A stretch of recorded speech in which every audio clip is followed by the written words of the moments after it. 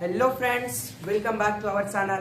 Friends, हम लोग आज से केमिस्ट्री यानी साइंस का डेली 30 मिनट्स लेक्चर स्टार्ट करने जा रहे हैं। आने क्या है कि एक चैप्टर को आप लोग 30 मिनट से पूरा कंसेप्ट के साथ सारा कुछ को यहाँ पे देख लीजिएगा। तो देखते हैं, आज हम लोग स्टार्ट करते हैं हमारा फर्स्ट चैप्टर, जिस चैप्टर का नेम है हमारा केमिकल रिएक्शन एंड इक्वेशन। अब देखिए, इस केमिकल रिएक्शन एंड इक्वेशन में आपको यहाँ पे दिख रहा होगा, ये हमारा वन शॉट नहीं, साथ साथ में गन शॉट है। कहने का मतलब ये कि एक साथ में यानी शॉर्ट में जितना भी बेसिक कंसेप्ट से लेकर पूरा एनसीईआरटी निचोड़ यानी एनसीईआरटी का एक भी ऐसा टॉपिक नहीं होगा जो आपको यहाँ पे छूट जाएगा। सारा टॉपिक को आपको कम टाइम में कवर करवाया जा रहा है, तो इससे अच्छा रिवीजन करने का टाइम नहीं है, यानी एक शॉट में आपको पूरा लेक्चर मिल रहा है। तो चलिए हम लोग देर ना करते हुए आज का चैप्टर स्टार्ट करते हैं। हमारा चैप्टर का नेम है केमिकल रिएक्शन एंड इक्वेशन। इस चैप्टर में जो यहाँ पे जितना भी नोट्स है, आप लोग अगर इस नोट्स को और पूरा लेक्चर को अगर अच्छा से देख लिए तो इससे बाहर का क्वेश्चन बनेगा नहीं, क्योंकि ये पूरा एनसीईआरटी का निचोड़ लाया गया। तो हम लोग देर ना करते हुए हम लोग आज का लेक्चर स्टार्ट करते हैं। और हमारा लेक्चर में जो सबसे पहला टॉपिक आप लोगों को समझना है वो है केमिकल रिएक्शन। आखिर ये केमिकल रिएक्शन होता क्या? तो देखिए, सिंपल, कोई पूछेगा केमिकल रिएक्शन क्या है। अब देखिए, यहाँ पर डेफिनेशन के तौर पे हमारा क्या लिखा हुआ है। डेफिनेशन में हमारा लिखा हुआ है a process in which new chemical are form. एक ऐसा प्रोसेस जहां पे दो या दो से ज्यादा रिएक्टेंट को मिला देंगे, मिलाने के बाद एक नया कोई केमिकल दूसरा फॉर्म हो जाएगा, उसी को हम लोग बोलते हैं केमिकल रिएक्शन।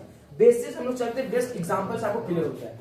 मान लो एक एग्जांपल हम लोग लेते हैं। एग्जांपल हम लोग यहाँ से क्या लिए कि हमारे पास एक है हाइड्रोजन। हम लोग हाइड्रोजन को ऑक्सीजन के साथ मिला दिए। हाइड्रोजन किसके साथ मिला दिए? ऑक्सीजन के साथ। यहाँ हमारा हाइड्रोजन अलग है, ऑक्सीजन अलग है। जब ये दोनों आपस में मिल गया, मिलने के बाद हमारा क्या बन गया? H2O। और ये हमारा क्या हो गया? पानी। क्या दोनों सेम है? नहीं। केमिकल रिएक्शन में क्या बोला था? एक ऐसा प्रोसेस जिसमें हमारा कोई नया केमिकल फॉर्म होगा। पहले था हाइड्रोजन एक गैस, ऑक्सीजन भी एक गैस। जब दोनों को हम कंबाइन कर दिए, हमारा क्या बन गया?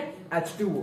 तो एक ऐसा प्रोसेस, याद रखिएगा, कभी पूछेगा कि डिफाइन केमिकल रिएक्शन, तो केमिकल रिएक्शन एक ऐसा प्रोसेस है जिसमें हम लोग दो से ज्यादा या कितना भी रिएक्टेंट को आपस में रिएक्ट करवाते हैं, और रिएक्ट करवाने के बाद अगर एक सिंगल प्रोडक्ट या डबल भी प्रोडक्ट बन सकता है। आने सिंपल है कि नया केमिकल फॉर्म होगा, उस प्रोसेस को हम लोग क्या बोलेंगे? Chemical reaction.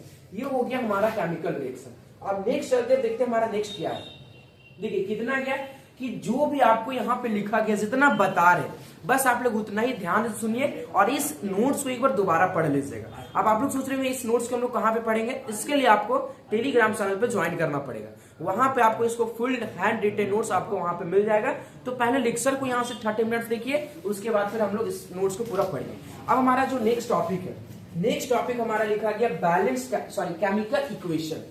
अभी हम लोग पीछे में क्या देखे? Chemical reaction. अब क्या देख रहे? Chemical equation. तो यहाँ पे लिखा हुआ है chemical reaction in which with symbol and formula. यानी जो हम लोग अभी पीछे का केमिकल रिएक्शन देखे थे, अगर उसी केमिकल रिएक्शन में हमारा वहां पे सिंबल और सिंबल के साथ में फॉर्मूला अगर दोनों एक साथ दिखेगा, उसी को हम लोग बोलते हैं केमिकल इक्वेशन। केमिकल इक्वेशन हम उसे बोलेंगे जहां पे हमारा एक साथ केमिकल फॉर्मूला और साथ साथ में सिंबल दोनों दिखेगा, उसे हम लोग बोलते हैं केमिकल इक्वेशन। और यहां से ये याद रखिएगा कि एक केमिकल इक्वेशन में आपको हर एक केमिकल इक्वेशन में दो चीज दिखेगा, और वो हमारा पहला है, एक है रिएक्टेंट और एक हमारा है प्रोडक्ट। अब आप लोग को ये देख जानना पड़ेगा कि रिएक्टेंट किसे बोलते हैं, प्रोडक्ट किसे बोलते हैं। तो याद रखिएगा कि ये जो हमारा बीच में एरो दिख रहा है, इस एरो के जो लेफ्ट साइड में जितने भी हमारे एलिमेंट या कुछ भी हो, वो सारे हमारे क्या होते हैं? रिएक्टेंट। और जो एरो के बाद बनता है वो हमारा क्या होता है? प्रोडक्ट। रिएक्टेंट, प्रोडक्ट, एरो के लेफ्ट साइड में उसे हम लोग बोलते हैं रिएक्टेंट, एरो को राइट साइड वाले हम लोग क्या बोलते हैं? यहाँ पे प्रोडक्ट। अब आपको छोटा छोटा 2-3 टर्म दिख रहा होगा। सबसे पहले एक्यू। एक्यू का मतलब क्या होता है? इसे हम लोग बोलते हैं एक्वस सॉल्यूशन, यानी सॉल्यूबल इन वाटर। वैसे हमारे यहाँ पे हमारा एलिमेंट है या वैसे कंपाउंड है या वैसा आइटम है जो हमारा सॉल्यूबल होते हैं वाटर में, उसे हम लोग किससे दिखाते हैं? एक्वस से। पीपीटी यानी इनसॉल्युबल इन वाटर। वैसे चीज जो हमारा वाटर में सॉल्युबल नहीं होंगे, उसे हम लोग क्या बोलते हैं? पीपीटी। एस का मतलब क्या होता है? सॉलिड, और जी का मतलब हमारा क्या होता है? गैस। जैसे देखिए इसमें क्या होता है, ये क्यों बताएं, क्योंकि ना कभी कभी ये जो छोटा छोटा टर्म लिखा रहता है, तो ये टर्म के लिए हम लोग ये चीज आपको यहाँ पे 4-5 चीज बता देंगे। क्या होता है केमिकल इक्वेशन, हम उसे बोलेंगे जहां पे हमारा कोई भी रिएक्शन में सिंबल के साथ साथ में फॉर्मूला दिखेगा, उसे हम लोग बोलते हैं केमिकल इक्वेशन। कोई भी केमिकल इक्वेशन में दो चीज दिखेगा, एरो के लेफ्ट साइड में जो होता है उसे हम लोग बोलते हैं रिएक्टेंट, एरो के राइट साइड में जो आपका होता है वो हमारा होता है प्रोडक्ट। तो ये था हमारा केमिकल इक्वेशन। अब हम लोग चलते नेक्स्ट टॉपिक पर, देखते हैं हमारा नेक्स्ट कंसेप्ट क्या है। और नेक्स्ट कंसेप्ट जो आपका आया है, ये जितना छोटा नाम दिख रहा बहुत ही ज्यादा इंपॉर्टेंट टॉपिक है। ये टॉपिक हमारा नाम है बैलेंस केमिकल इक्वेशन। और बैलेंस केमिकल इक्वेशन आपको एकदम बैलेंस करना आना चाहिए। इस चैप्टर में अगर आपको कुछ आवे या ना आवे, अगर आपको बैलेंसिंग आ गया मतलब आप चैप्टर का 70% कंसेप्ट क्लियर कर लिए। आने यहां से मैं ये पता चला कि बैलेंसिंग हमारा कितना ज्यादा इंपॉर्टेंट है। अब यहाँ पे लिखा हुआ कि ये बैलेंस केमिकल इक्वेशन होता क्या है, तो देखिए सिंपल क्या लिखा हुआ है, number of item in each element in chemical equation so be as same. आने क्या बोला कि अगर हमारे पास लेफ्ट हैंड साइड और राइट हैंड साइड, कहने का मतलब कि हमारे पास ये एरो है, एरो के साइड में जितने नंबर ऑफ फिलामेंट है उतना ही नंबर ऑफ फिलामेंट हमारे एरो के बाद में होगा, उसे हम लोग बोलते हैं बैलेंस केमिकल इक्वेशन। आपसे आपको कभी ये नहीं पूछेगा कि डिफाइन बैलेंस केमिकल इक्वेशन, आपको एक इक्वेशन दे दिया रहेगा। मान लो फॉर एग्जांपल हमारे पास एक एग्जांपल है H2 प्लस O2, ये मिलके हमारा बन जाता है H2O, और बोलेगा आप इसे बैलेंस कीजिए। बैलेंस करने के लिए हम लोग दो मेथड यहाँ पे पढ़ेंगे। सबसे पहला जो हमारा मेथड होता है वो होता है heat and trial method. Second method, जो मेथड हम आप लोग को अलग से बताएंगे, वो हमारा मेथड होता है कोएफिशिएंट मेथड। और हम बोलेंगे कि बेस्ट मेथड हमारा होता है कोएफिशिएंट मेथड। अगर आप लोग इस कोएफिशिएंट मेथड को 2 से 3 बार अगर अच्छा से समझ गए तो उस दिन से आप लोग हीट एंड ट्रायल को इग्नोर कर दीजिएगा, क्योंकि बहुत स्टूडेंट क्या करते हैं हीट एंड ट्रायल को अपनाते हैं। हीट एंड ट्रायल से बेस्ट हमारा है कोएफिशिएंट मेथड। तो इसके लिए हम आप लोग को एक अलग से वीडियो बना देंगे कि कोई भी केमिकल रिएक्शन को या इक्वेशन को एकदम यूं ही में क्यों कैसे बैलेंस करें। तो ये होता है कि आखिर बैलेंस केमिकल इक्वेशन होता क्या है, यानी number of filament in reactant side ये हमारा बराबर होते हैं number of filament in product side. बस याद रखिए बैलेंस कैसे करते हैं, सब कुछ पढ़ेंगे 1 by 1। अब चलते हैं नेक्स्ट टॉपिक, सीखते हैं हमारा आगे में क्या है। अब हमारा नेक्स्ट, हाँ ये क्वेश्चन बना हुआ है और ये क्वेश्चन ना कभी कभी पूछ देता है व्हाई बैलेंस्ड। आखिर हम लोग बैलेंस कोई भी चीज को क्यों करते हैं, बैलेंस करना क्यों जरूरी है। उसके लिए हम लोग एक चीज यहाँ पे देखिए, आपका यहाँ पे क्या लिखा हुआ है, कंजर्वेशन ऑफ मास। आप लोग ऐसा ही क्लास 9th का फिजिक्स में पढ़े होंगे कंजर्वेशन ऑफ एनर्जी। अगर क्लास 9th का फिजिक्स में पढ़े होंगे कंजर्वेशन ऑफ एनर्जी, उसी सेम टाइप का कंसेप्ट यहाँ पे आया है, वो हमारा है कंजर्वेशन ऑफ मास। हम लोग वहां पे ये बोले थे कि ना ही एनर्जी को हम लोग बना सकते हैं और ना ही एनर्जी को हम लोग खत्म कर सकते हैं। तो वैसा ही हमारा यहाँ पे सेम है कि जो हमारा मास है, ना ही मास को हम लोग बना सकते हैं ना ही मास को हम लोग खत्म कर सकते हैं, बस उसको एक फॉर्म से दूसरे फॉर्म में ट्रांसफर कर सकते हैं। वही चीज यहाँ पे लिखा हुआ है, total mass of reactant should be equal to the total mass of product. यानी जितने मास हमारा रिएक्टेंट साइड होंगे, मान लो एग्जांपल लेके चलते हैं, हमारा कार्बन प्लस O2, जब ये मिल जाएगा हमारा क्या बनता है CO2। इसमें क्या होगा कि जितना मास हमारा रिएक्टेंट साइड होगा उतना ही मास हमारा कितने कहां पे होगा, प्रोडक्ट साइड होगा। इसीलिए हम लोग कोई भी केमिकल इक्वेशन को बैलेंस करते हैं। और बैलेंस करने के लिए हम लोग दो चीज पढ़े थे कि हमारा दो मेथड होता है।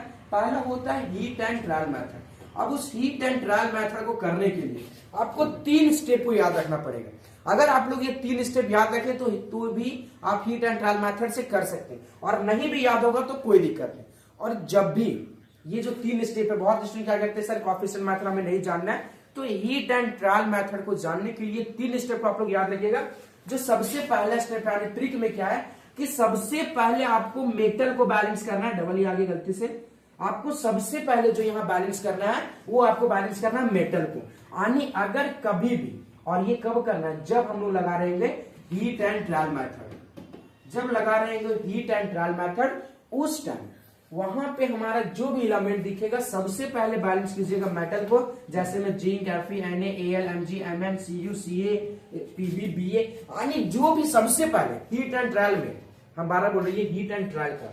जब हीट एंड ट्रायल मेथड से कोई भी केमिकल इक्वेशन को बैलेंस कीजिएगा, सबसे पहला स्टेप में बैलेंस किसको करना है, मेटल को।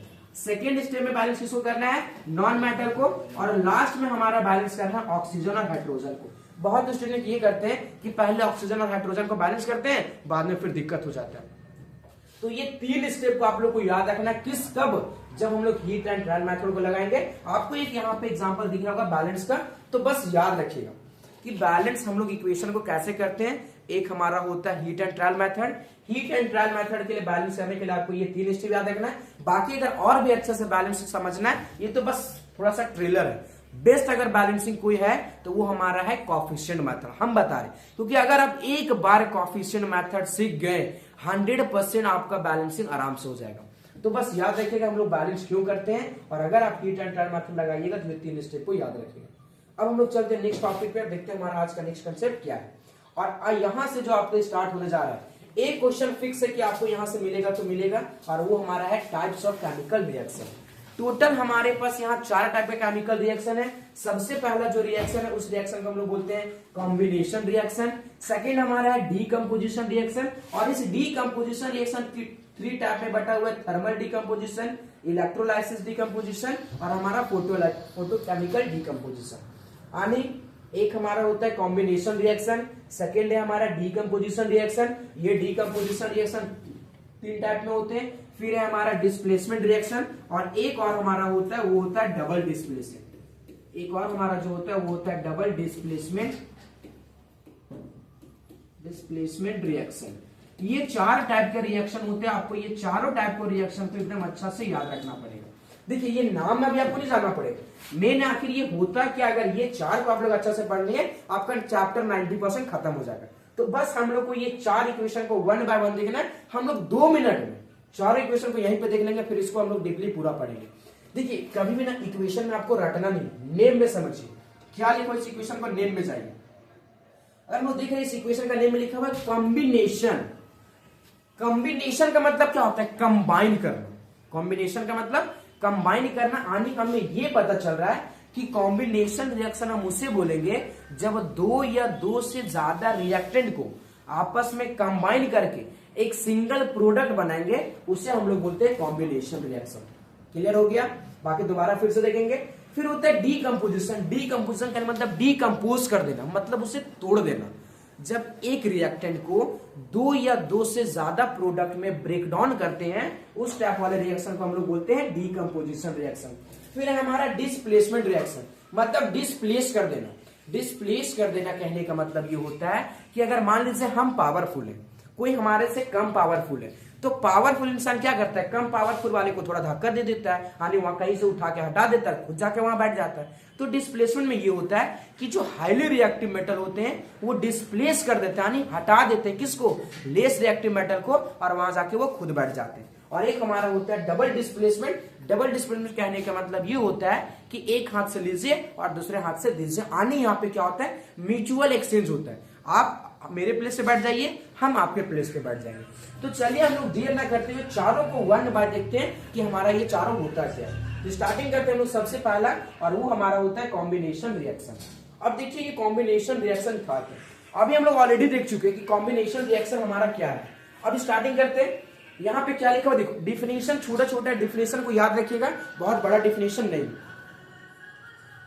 सबसे पहले क्या लिखा हुआ है, 2 और more reactant combine to form a single product. यानी जब हमारे पास 2 या 2 से ज्यादा रिएक्टेंट आपस में कंबाइन करते हैं, क्या बोले, जब 2 या 2 से ज्यादा रिएक्टेंट हमारा कंबाइन करता है उसे हम लोग बोलते हैं कॉम्बिनेशन रिएक्शन। जैसे एग्जांपल में देखिए, मैग्नीशियम जब O2 के साथ रिएक्ट करा तो ये हमारा क्या बन गया, MgO। यानी देखो हमारे पास क्या 2 रिएक्टेंट था, ये 2 रिएक्टेंट रिएक्ट करने के बाद कितना प्रोडक्ट बनाया, सिंगल प्रोडक्ट। तो ये हमारा क्या होता है, कॉम्बिनेशन रिएक्शन। बाकी आपको हर टाइप का यहाँ बहुत सारे एग्जांपल दिखा हुआ है, आप लोग सारे एग्जांपल को 1 बाय 1 पढ़ लीजिए। बस आपको ये याद रखना पड़ेगा कॉम्बिनेशन रिएक्शन होता क्या है। कॉम्बिनेशन यानी कंबाइन करना, जब 2 या 2 से ज्यादा रिएक्टेंट आपस में कंबाइन करते हैं, कंबाइन करने के बाद एक सिंगल प्रोडक्ट बनाता है, उस प्रोसेस को हम लोग बोलते हैं कॉम्बिनेशन रिएक्शन।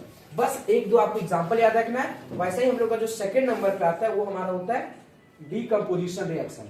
अब देखिए आपका डीकम्पोजिशन रिएक्शन क्या है, एकदम हमारा ये जितना भी कंसेप्ट है सारा कंसेप्ट आपको यहाँ पे क्लियर करवा देंगे। बस आपको एक बार क्या करना पड़ेगा, नोट्स को थ्रूली पढ़ना पड़ेगा, क्योंकि जब दोबारा पढ़ लीजिएगा तो और ज्यादा क्लियर होगा। हमारा सेकेंड नंबर पे क्या लिखा हुआ है, सेकेंड में लिखा हुआ है डीकंपोजिशन रिएक्शन। कॉम्बिनेशन में क्या था, जब दो या दो से ज्यादा रिएक्टेंट को हम लोग दो या दो से ज्यादा रिएक्टेंट को एक सिंगल प्रोडक्ट में बना देंगे, उसे बोलते हैं कॉम्बिनेशन। डीकंपोजिशन में क्या है कि जब एक रिएक्टेंट को हम लोग ब्रेक कर देंगे दो या दो से ज्यादा प्रोडक्ट में, एक रिएक्टेंट को हम लोग ब्रेक डाउन कर देंगे दो या दो से ज्यादा प्रोडक्ट में, उसे हम लोग बोलते हैं डीकंपोजिशन रिएक्शन। यानी क्या हो रहा है, ब्रेक करना, हमें तोड़ देना। अब देखिए यहां से उसका टोटल था 3 टाइप। पहला टाइप हमारा क्या है, थर्मल।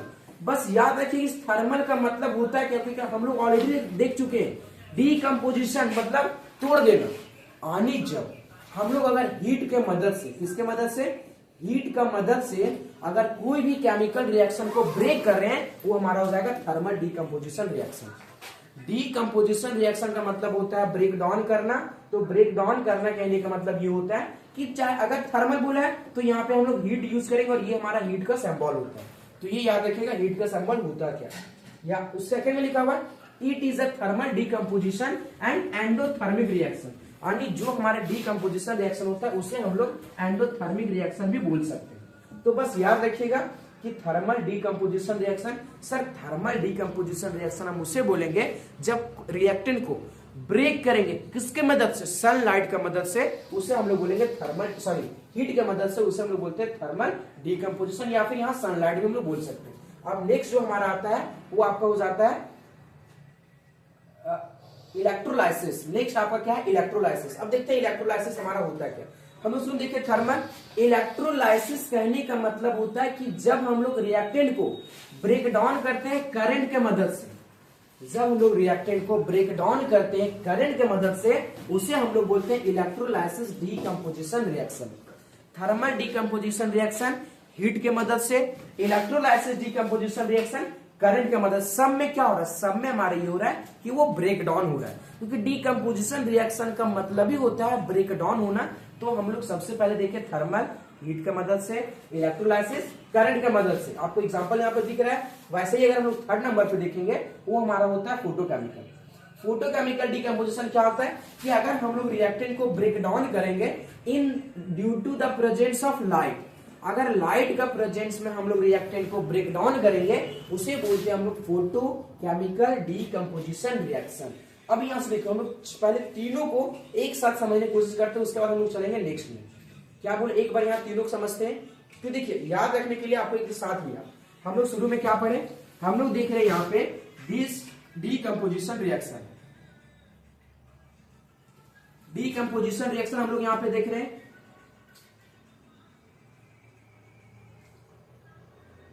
डीकंपोजिशन रिएक्शन शॉर्ट में लिखते हैं, समझिए इसमें क्या था। डीकंपोजिशन रिएक्शन में जो हमारा सबसे पहले था वो था थर्मल।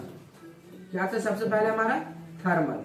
थर्मल में क्या हो रहा था कि हमारा रिएक्टेंट ब्रेक डाउन हो रहे थे, लेकिन किसके मदद से, हीट का मदद से। जब हमारा रिएक्टेंट ब्रेक डाउन होंगे हीट का मदद से, किसके मदद से, हीट का मदद से, तो उसे हम लोग बोलते हैं थर्मल डीकंपोजिशन। सेकेंड नंबर में क्या था, इलेक्ट्रोलाइसिस। इलेक्ट्रोलाइसिस में आपका क्या होता है कि जब हमारा वो ब्रेक डाउन होगा किसके मदद से, करंट का मदद से। जब ब्रेक डाउन होगा करंट का मदद से, उसे हम लोग बोलते हैं इलेक्ट्रोलाइसिस। और एक हमारा लास्ट का जो यहाँ पे लिखा हुआ वो क्या है, फोटोकेमिकल। फोटोकेमिकल में क्या होगा, जब लाइट का मदद से। यानी आपको ये तीन टर्म याद रखना पड़ेगा। डीकंपोजिशन रिएक्शन का मतलब होता है ब्रेक डाउन होना। अगर हमारा हीट का मदद से ब्रेक डाउन होगा उसे बोलेंगे थर्मल, करंट के मदद से ब्रेक डाउन होगा उसे बोलेंगे इलेक्ट्रोलाइटिक, और अगर हमारा लाइट के मदद से ब्रेक डाउन होगा उसे बोलेंगे फोटोकेमिकल। और ये हमारे होते हैं टोटल 3 टाइप का डीकंपोजिशन रिएक्शन। 2 रिएक्शन हुआ, हम लोग चलते नेक्स्ट रिएक्शन। हमारा जो थर्ड नंबर रिएक्शन है वो आपका यहाँ से क्या हो जाएगा, डिस्प्लेसमेंट रिएक्शन। और ये डिस्प्लेसमेंट रिएक्शन हम लोग डेली देखते हैं। डेली आप अपने स्कूल में, डेली अपने क्लासरूम में आप देखते होंगे कि मान लीजिए कोई बच्चा फर्स्ट बेंच में आके बैठ गया और थोड़ा कमजोर है, थोड़ा मोटे लड़का आया, उसे उठा के फेंक दिया, वहां जाके खुद बैठ गया। यानी वो क्या हुआ कि ताकतवर इंसान आया, कम ताकतवर वाले को उठा के फेंक दिया, वहां जाके खुद बैठ गया। तो डिस्प्लेसमेंट रिएक्शन में वही चीज होता है कि जो इलेमेंट हाईली रिएक्टिव होते हैं वो लेस रिएक्टिव इलेमेंट को डिस्प्लेस कर देते हैं। अब आप लोग सोच रहे होंगे सर ये बार बार आप हाईली रिएक्टिव लेस रिएक्टिव क्या है, उसको भी याद करने का ट्रिक बताएंगे। सारा कुछ आपको ट्रिक से बताने वाले हैं, तो उसके लिए आपको पूरा वीडियो को देखिए लास्ट तक, आपको सब कुछ क्लियर हो जाएगा। यहाँ पे क्या लिखा हुआ है, हमारा लिखा हुआ है डिस्प्लेसमेंट रिएक्शन यानी मोर रिएक्टिव इलेमेंट रिप्लेस कर देता है। रिप्लेस कर मतलब उसको हटा देता है, कहां से, लेस रिएक्टिव इलेमेंट को फ्रॉम इट्स कंपाउंड। यानी अगर जो हाईली रिएक्टिव मेटल है वो लेस रिएक्टिव इलेमेंट को हटा देता है, वहां जाके वो खुद बैठ जाता है। ये प्रोसेस हम लोग बोलते हैं डिस्प्लेसमेंट रिएक्शन। आपको यहाँ पे दो दो तीन तीन एग्जांपल दिख रहा होगा। जैसे देखिए यहाँ पे पहला था ए, साथ में कौन बैठा हुआ था, बी और सी। अब ए था थोड़ा ताकतवर, अब ए ताकतवर था, बी थोड़ा था कमजोर, यानी बी को यहां से उठा के फेंक दिया और ए के पास जाकर ये खुद बैठ गया। इसको समझने का बहुत तरीका, बस आप लोग ये याद रखिए कि ए वाला था ताकतवर, बी थोड़ा कम था, बी को उठा के फेंक दिया, सी के पास जाके बैठ गया और ये दोनों साथ में मिल गया। तो ये होता है हमारा डिस्प्लेसमेंट रिएक्शन। आपको यहाँ दो तीन एग्जांपल एकदम बहुत सारा दिया हुआ है, आप सारे एग्जांपल को एकदम ध्यान से पढ़ लीजिए। और ज्यादा कुछ है नहीं, बस आपको याद रखना पड़ेगा कौन रिएक्शन होता है, कि आप एक दो एग्जांपल सबका एकदम ध्यान से आप लोग याद रखिएगा। तो ये हो गया हमारा डिस्प्लेसमेंट रिएक्शन। अब हमारा जो लास्ट है, और इस डिस्प्लेसमेंट रिएक्शन के लिए आपको याद करना पड़ेगा रिएक्टिविटी सीरीज, कि कौन इलेमेंट किसको डिस्प्लेस करेगा। और इस रिएक्टिविटी सीरीज को याद करने के लिए बस 1 मिनट का एक थोड़ा सा बता रहे, उसको ही आप सुन लीजिए, आपको ये पूरा रिएक्टिविटी सीरीज याद हो जाएगा। रिएक्टिविटी सीरीज को याद करने के लिए यहाँ पे हम लिख रहे छोटा सा आपके लिए ट्रिक, उस ट्रिक को एकदम पहचानने की कोशिश कीजिएगा, आपको अपने आप सारा याद हो जाएगा। और ट्रिक कुछ इस जैसा है। पहला है कैटरीना ने कार मांगी, कैटरीना ने कार मांगी, कैटरीना ने कार मांगी ऑल्टो जिंग फरारी, फिर भी क्यों मिली सिल्वर ऑडी, फिर भी क्यों मिली सिल्वर ऑडी। बस ये ट्रिक को आप लोग समझ जाइएगा, आपको पूरा याद हो जाएगा। सिल्वर ऑडी, देखिए क्या, पूरा अच्छे से पढ़िए क्या लिखा हुआ है। कैटरीना ने कार मांगी ऑल्टो जिंग फरारी, फिर भी क्यों मिली सिल्वर ऑडी। अब इसको यहां से लेट करते, कैटरीना ने कार मांगी ऑल्टो जिंग फरारी, फिर भी है क्यों मिली सिल्वर ऑडी, खत्म। 2 बार इसको रिकैप कीजिए, सारा अपने आप याद हो जाएगा क्या था। हम लोग दोबारा से रिकैप करते हैं, क्योंकि देखो इसको जब तक पढ़िएगा नहीं 1-2 बार, तब तक ये आपका पूरा क्लियर नहीं होगा। दोबारा से पढ़ते, देखिए 2-3 बार रीड कीजिए, अपने आप याद हो जाएगा। कैसे याद करना है, कैटरीना ने कार मांगी ऑल्टो जिंग फरारी, फिर भी है क्यों मिली सिल्वर ऑडी, खत्म। कैटरीना ने कार मांगी ऑल्टो जिंग फरारी, फिर भी है क्यों मिली सिल्वर ऑडी। अब बेचारी थी कैटरीना, वो मांगी है ऑल्टो जिंग और उसको मिल गया कोई और गाड़ी, तो क्यों मिली। तो ये रिएक्टिविटी सीरीज याद करने का तरीका होता है। इसको आप लोग 2 से 3 बार पढ़िएगा, याद हो जाएगा। अब यहां से देखिए, इसके बाद जो आपका लिखा हुआ वो है लेस रिएक्टिव और आपका मोर रिएक्टिव। यानी जो सबसे नीचे में है, नीचे वाले एलिमेंट हमारे होते हैं लेस रिएक्टिव, और इससे जितना ऊपर जाते जाएंगे वो हमारे सारे क्या हो जाते हैं, मोस्ट रिएक्टिव। और अगर आपसे यहां से कोई पूछ दिया, क्या पूछ दिया, कि अगर हम आपसे मान लीजिए हम आपसे पूछ दे रहे हैं कि बताइए यहां में से, एक सेकेंड, मान लीजिए अगर हम आपसे पूछ दिए कि बताइए हमारे पास कॉपर ज्यादा रिएक्टिव है या आयरन ज्यादा रिएक्टिव है, तो आप कैसे किसको बताइएगा। तो ये तभी बता पाइएगा जब आपको रिएक्टिविटी सीरीज याद होगा। कॉपर हमारा नीचे है, आयरन हमारा कहां पे, ऊपर। तो जब नीचे से ऊपर जाते हैं तो हमारा रिएक्टिविटी सीरीज क्या होता है, बढ़ता है। तो हमारा मोस्ट रिएक्टिव कौन है, आयरन। तो बस इसके लिए आपको ये रिएक्टिविटी सीरीज को याद रखिएगा, आपको सारा कंसेप्ट क्लियर हो जाएगा। दोबारा क्या है, ट्रिक को समझिए। कैटरीना ने कार मांगी ऑल्टो जिंग फरारी, फिर भी है क्यों मिली सिल्वर ऑडी। ये था हमारा रिएक्टिविटी सीरीज को याद करने का तरीका। आप लोग इसको 2 से 3 बार देखिए, आपको अपने आप सारा याद हो जाएगा। अब लोग चलते हैं, आज का हमारा लास्ट डबल डिस्प्लेसमेंट रिएक्शन छूट गया, उसके एक बार यहाँ से ऐड कर दिए। देखिए डबल डिस्प्लेसमेंट रिएक्शन है क्या, उसको यहीं पे आपको बता देते। यहाँ देखिए लास्ट में हमारा डबल डिस्प्लेसमेंट रिएक्शन, समझिए कुछ है नहीं एक्स्ट्रा, हुआ double displacement, double displacement reaction. एक इसको एकदम याद रखिएगा, आखिर ये है क्या। देखिए डबल डिस्प्लेसमेंट रिएक्शन कुछ है नहीं, इसमें क्या होता है म्यूचुअल एक्सचेंज होता है, यानी एक आयन दूसरे आयन के साथ जाके म्यूचुअल एक्सचेंज कर लेते हैं, और ये जो हमारा म्यूचुअल एक्सचेंज होता है इसे म्यूचुअल एक्सचेंज ऑफ आयंस को हम लोग बोलते हैं डबल डिस्प्लेसमेंट रिएक्शन।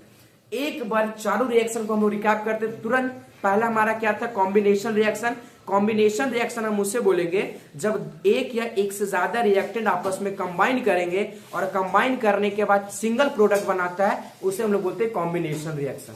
हमारा सेकेंड नंबर था डीकम्पोजिशन रिएक्शन। डीकम्पोजिशन रिएक्शन हम उसे बोलेंगे जब एक रिएक्टेंट हमारा ब्रेकडाउन हो जाता है दो या दो से ज्यादा प्रोडक्ट, और ये हमारे तीन टाइप का होता है, थर्मल, इलेक्ट्रोलाइसिस, फोटोकेमिकल। थर्ड हमारा आता है डिस्प्लेसमेंट रिएक्शन। डिस्प्लेसमेंट रिएक्शन हम उसे बोलेंगे जब हाईली रिएक्टिव मेटल डिस्प्लेस कर देता है लेस रिएक्टिव मेटल को। और हमारा लास्ट है वो है डबल डिस्प्लेसमेंट रिएक्शन, और वो क्या होता है कि म्यूचुअल एक्सचेंज होता है। इसमें क्या होता है हमारा म्यूचुअल एक्सचेंज होता है आयंस का। अब हम लोग इसके बाद चलते हैं और हमारा देखते हैं नेक्स्ट टॉपिक ये है, और आपका जो नेक्स्ट टॉपिक होगा वो होगा हीट इन रिएक्शन। ये दो छोटा छोटा टॉपिक है लेकिन इस पे बहुत ज्यादा क्वेश्चन आता है। क्या लिखा हुआ ध्यान से पढ़िए। आपका हमारा ये लिखा हुआ है सबसे पहले एक्सोथर्मिक रिएक्शन, नेक्स्ट हमारा है एंडोथर्मिक रिएक्शन। दोनों को समझने के लिए बस एक चीज आप लोग याद रखें, एंडोथर्मिक रिएक्शन हम उसे बोलेंगे जहां पे हमारा हीट यानी एनर्जी का सप्लाई होगा। एंडो का मतलब क्या होता है अंदर, यानी जब एनर्जी का सप्लाई होगा उसे बोलेंगे एंडोथर्मिक रिएक्शन। और जब एनर्जी का रिलीज होगा यानी एनर्जी जब बाहर जा रहा होगा, एक्सो का मतलब क्या होता है बाहर जाना, तो जब एनर्जी हमारा बाहर जा रहा होगा उसे बोलेंगे एक्सोथर्मिक रिएक्शन, और जब हमारा एनर्जी का उसमें यूज हो रहा होगा उसे हम लोग बोलेंगे endothermic reaction. Exothermic reaction, endothermic reaction, energy पे याद रखिएगा। अब उसी में यहाँ पे एग्जांपल है हमारा एक्सोथर्मिक का respiration, burning of natural gas, फिर decomposition of vegetable into compost, फिर हमारा जो सेकंड देखोगे endothermic all example of decomposition reaction, यानी जितना भी डिकम्पोजिशन रिएक्शन है वो हमारे सारे क्या होते हैं एंडोथर्मिक रिएक्शन। तो ये था हमारा एक्सोथर्मिक एंडोथर्मिक रिएक्शन। अब हम लोग देखने जा रहे हैं आज का सेकंड लास्ट टॉपिक ये हमारा क्या है, और वो जो सेकंड लास्ट टॉपिक है वो हमारा रिडॉक्स रिएक्शन। और इस रिडॉक्स रिएक्शन पे आपको याद रखने के लिए दो चीज को याद रखिएगा कि रिडक्शन कहाँ होता है, रिड्यूसिंग एजेंट किसको बोलते हैं, ऑक्सीडेशन कहाँ पे होता है, और ऑक्सीडाइजिंग एजेंट किसे बोलते हैं। अगर आप ये दो चीज को याद रख लीजिएगा आपका ये कंसेप्ट क्लियर हो जाएगा। यानी यहाँ पे क्या लिखा हुआ है कि रिडॉक्स रिएक्शन हम उससे बोलेंगे जहां पे हमारा ऑक्सीडेशन और रिडक्शन साथ में होगा, जहां पे हमारा ऑक्सीडेशन और रिडक्शन अगर एक साथ होगा, इस हम लोग साथ वाले प्रोसेस को क्या बोलते हैं रिडॉक्स रिएक्शन। रिडॉक्स रिएक्शन किसे बोलेंगे जब हमारा रिडक्शन ऑक्सीडेशन दोनों एक साथ होगा, उसी को बोलते हैं रिडॉक्स रिएक्शन। अब हम लोग देखते हैं कि हमारा ऑक्सीडेशन क्या है और रिडक्शन क्या है वन बाय वन। तो सबसे पहले हम लोग देखेंगे ऑक्सीडेशन। देखिए यहाँ पे हमारा ऑक्सीडेशन में क्या लिखा है। ऑक्सीडेशन के लिए आप लोग ये तीन चीज याद रखिएगा। पहला चीज कि अगर कहीं भी हमारा इलेक्ट्रॉन का लॉस हुआ, कहीं भी अगर हमारा इलेक्ट्रॉन का लॉस होगा उससे बोलेंगे ऑक्सीडेशन।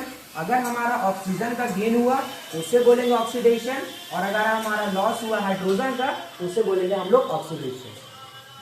जहां पे ये तीन चीज यानी दो चीज याद रखिएगा, लॉस ऑफ इलेक्ट्रॉन और लॉस ऑफ अगर हमारा हाइड्रोजन होगा उससे बोलेंगे ऑक्सीडेशन, या फिर अगर हमारा गेन होगा ऑक्सीजन का इसे भी बोलेंगे हम लोग ऑक्सीडेशन। ऑक्सीडेशन के लिए तीन चीज याद रखिएगा। सबसे पहला loss of electron, loss of hydrogen, या फिर गेन ऑफ ऑक्सीजन।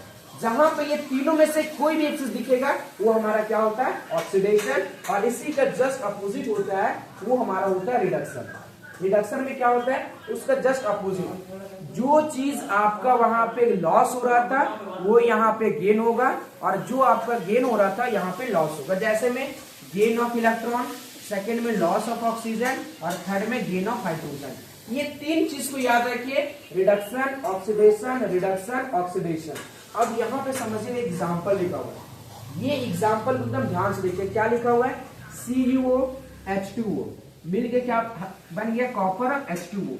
अब यहां से देखिए कौन ऑक्सीडाइज हो रहा है, कौन रिड्यूस हो रहा है, किसको ऑक्सीडाइजिंग एजेंट बोलेंगे, किसको रिड्यूसिंग एजेंट बोलेंगे। जैसे देखो यहां से हमारा नहीं तो यहाँ वाला एग्जाम्पल समझ ज्यादा क्लियर है। क्या लिखा हुआ है ZNO कार्बन, ZNO CO। जैसे देखो यहाँ से हमारा इस जिंक के साथ क्या हट गया, हमारा यहाँ से ऑक्सीजन रिमूव हो रहा है, तो जब ऑक्सीजन रिमूव होता है उसे हम लोग क्या बोलते हैं सर? उसे हम लोग बोलते हैं रिड्यूसिंग एजेंट। यहां से हमारा क्या हो रहा है? रिडक्शन हो रहा है। यानी removal of oxygen is known as हमारा क्या होता है? रिडक्शन। जैसे देखो यहाँ पे रिमूवल ऑफ ऑक्सीजन, यानी जब ऑक्सीजन का लॉस होगा उसे हम लोग क्या बोलेंगे? रिडक्शन। यानी हमारा ये रिडक्शन हो रहा है। अब जैसे ये रिडक्शन हो रहा है, यहां से देखो कार्बन, कार्बन के साथ में जाके क्या ऐड हो जा रहा है? हमारा ऑक्सीजन ऐड हो जा रहा है, वो ऑक्सीडाइज हो रहा है। ये रिड्यूस हो रहा है, ये ऑक्सीडाइज हो रहा है। मेन कंसेप्ट होता है वो है रिड्यूसिंग एजेंट और ऑक्सीडाइजिंग एजेंट। ये दो चीज को समझने के लिए जो हमारा ऑक्सीडेशन हो रहा है, यानी जहां हमारा ऑक्सीडाइज हो रहा है वो आपका हो जाएगा रिड्यूसिंग एजेंट, और जहां से हमारा रिडक्शन हो रहा है वो तुम्हारा हो जाएगा ऑक्सीडाइजिंग एजेंट। यानी जस्ट अपोजिट। दोबारा समझिए क्या यहां से, क्योंकि बहुत इंपॉर्टेंट कंसेप्ट है कि अगर हमारा जहां से रिड्यूस हो रहा है, यानी कहने मतलब रिडक्शन हो रहा है, तो जो इलेमेंट जहां से रिडक्शन हो रहा है वो हमारा हो जाएगा ऑक्सीडाइजिंग एजेंट, और जहां हमारा ऑक्सीडाइज हो रहा है तो जो इलेमेंट में जाकर ऑक्सीडाइज हो रहा है वो हमारा हो जाता है रिड्यूसिंग एजेंट। ये ऑक्सीडाइजिंग एजेंट, ये रिड्यूसिंग एजेंट, ये ऑक्सीडेशन, ये रिडक्शन को एकदम अच्छा से समझिए। सारा कंसेप्ट आपको क्लियर, क्योंकि ये बहुत ज्यादा इंपॉर्टेंट है। तो अगर अभी भी कोई दिक्कत लग रहा होगा जिसको आप लोग दोबारा एक बार देख लीजिएगा, ये कंसेप्ट आपका क्लियर हो जाएगा। अब लोग चलते लास्ट दो टॉपिक, एक हमारा कोरोजन और तुम्हारा लास्ट होगा रेंसिडिटी। एकदम माने आपको क्या है? रैपिड रिवीजन हो रहा है। रैपिड रिवीजन कहने का मतलब कि हम लोग पास टाइम कम है, यानी कम टाइम में इसको जल्दी में कैसे रिकैप करें, वो सारा कुछ आपको यहाँ पे मिल रहा है। तो डेली बने रहिए। हमारा सेकेंड टॉपिक है वो है कोरोजन। कोरोजन होता क्या सबको पता है? कोरोजन मतलब यहाँ पे लिखा हुआ है, इसका डिफिनेशन देख लीजिए, क्योंकि बहुत बार डिफिनेशन पूछता है, ये पूरा लिख सकते हैं डिफिनेशन में कि when a metal is attacked by a substance around it such as moisture, यानी या फिर एसिडिक एटीसी, यानी जब कोई हमारा मेटल को अटैक करते कोई भी मॉइस्चर के साथ, यानी ऐसे वाली जगह जहां पे हमारा पानी का मात्रा हो, तो उससे हमारा क्या होता है? उसमें हमारा जंग लग जाता है। तो इसीलिए बोल रहा है कि it said to be corrode, उसे हम लोग क्या बोलते हैं? कोरोड। और जब ये प्रोसेस लगातार होता है उसी प्रोसेस को हम लोग क्या बोलते हैं? कोरोजन।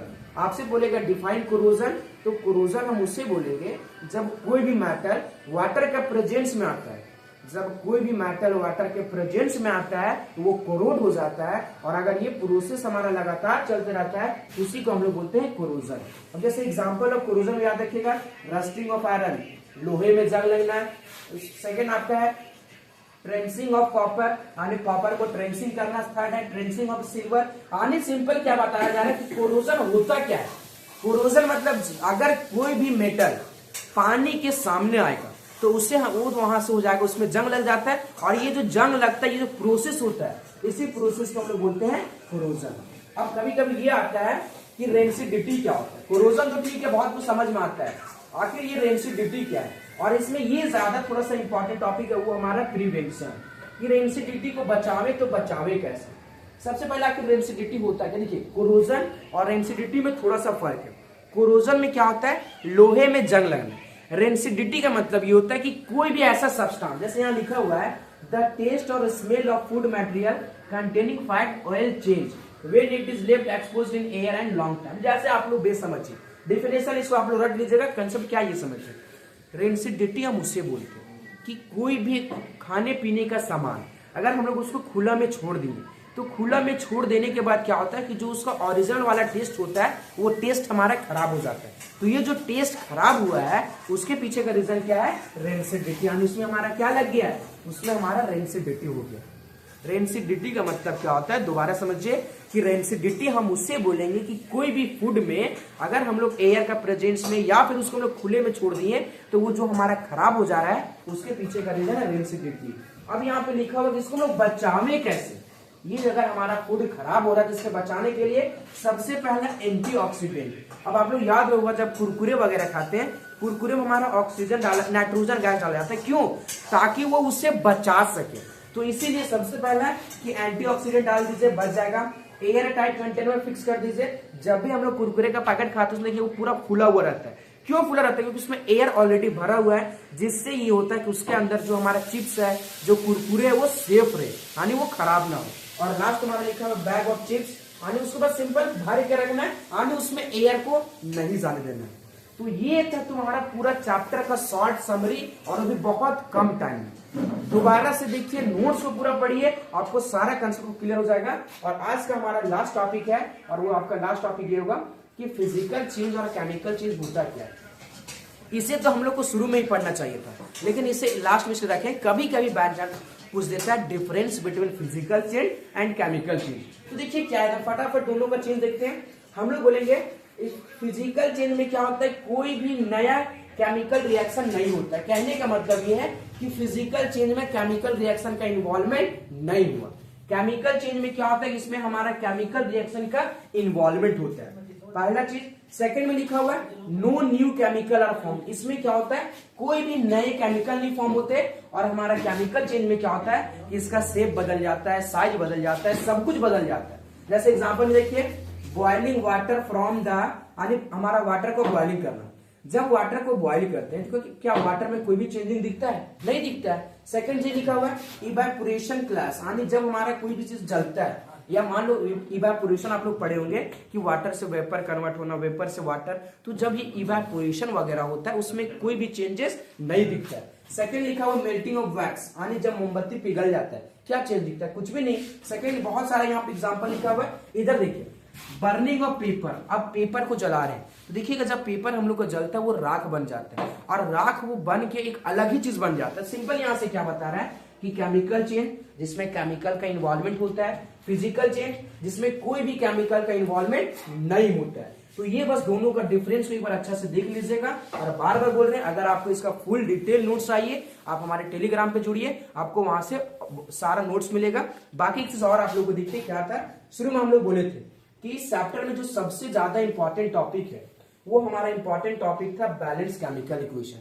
हम लोग यहाँ पे बैलेंस केमिकल इक्वेशन को नहीं देखे, तो ये बैलेंस केमिकल इक्वेशन के लिए आपको एक अलग से वीडियो जाएगा, वहां पे आपको क्या कि बैलेंसिंग करवाना सिखाया जाएगा। आने आपको सारा बैलेंसिंग बताएगा कि कैसे बैलेंस करते हैं, और ये चीज आपको एकदम जरूर देखना है क्योंकि इस चैप्टर में सबसे ज्यादा इंपॉर्टेंट है बैलेंसिंग।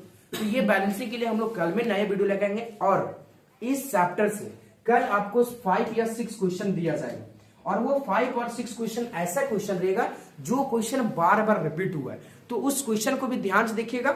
बाकी आप हमारे चैनल पे जुड़ रहिए, आपको डेली से डेली नए नए कंसेप्ट और नए नए क्वेश्चन के साथ मिलते हैं। Thank you.